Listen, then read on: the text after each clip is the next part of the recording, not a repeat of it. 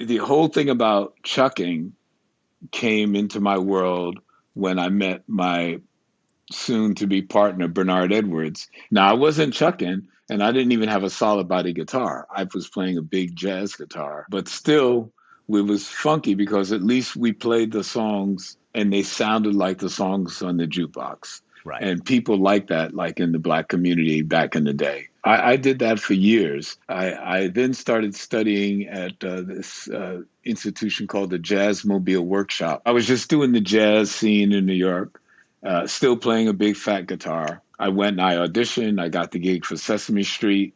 So I started playing for Sesame Street at 19. I went from Sesame Street to the Apollo Theater. Then Bernard became the music director of a band called New York City. We had a hit record called I'm Doing Fine Now, and we traveled around the world with that hit record for about 2 years. But I was still playing bigger guitars. My compromise was a 335 at one point, and then I went back to Barney Kessel. And then our group got the opportunity to open for the Jackson 5 because the Jackson 5 were doing their first world tour. And they had, I think, the Commodores and the OJs. So when the OJs would have another gig, we would step in and we would do the gig. And that's when I first met Michael and we became friends for life. I was watching the Jackson 5 play Dancing Machine. They were rehearsing Dancing Machine. Now, mind you, what I haven't said to you guys is Bernard had always been busting my ass about getting a Strat every day of his life. Man, you need to get a Strat. You need to get a Strat, man.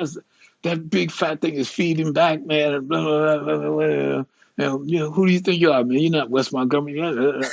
Yeah. I said, but when I'm not playing with you, I get to play, Sesame Street and cocktail gigs and whatever. We did this one gig and we were doing a gig down in Miami Beach, Kenny's Castaways. We were headlining. The band that was opening for us had a young kid who was playing a Strat. And when I say young kid, dude, affectionately, I mean, I was all of 20 or something. And he plugged it into my amp and he sounded amazing. And Bernard, you know what? You've heard the statement, if looks could kill. I swear to God, man, daggers were coming out of the dude's eyes. He was like looking at me like, you motherfucker. It's like, I see that. Yeah. Listen to what he sounds like. And he can't play half the stuff you play. Listen to that guy. He sounds 10 times better than you, and he can't play half as well. He said, I want you to go get a Strat. I was like, all right. So I took my Barney Kessel to this district between Fort Lauderdale and Miami, North Miami, whatever. And they had a whole bunch of pawn shops in those days. And I gave the guy my Barney Kessel, and he gave me back this exact guitar and $300. Is that the Hitmaker right there? That's the actual. Yeah. This exact guitar. This guitar. Nice. And $300. I was like, what? Wow. Oh, God, that's the best trade of your whole life.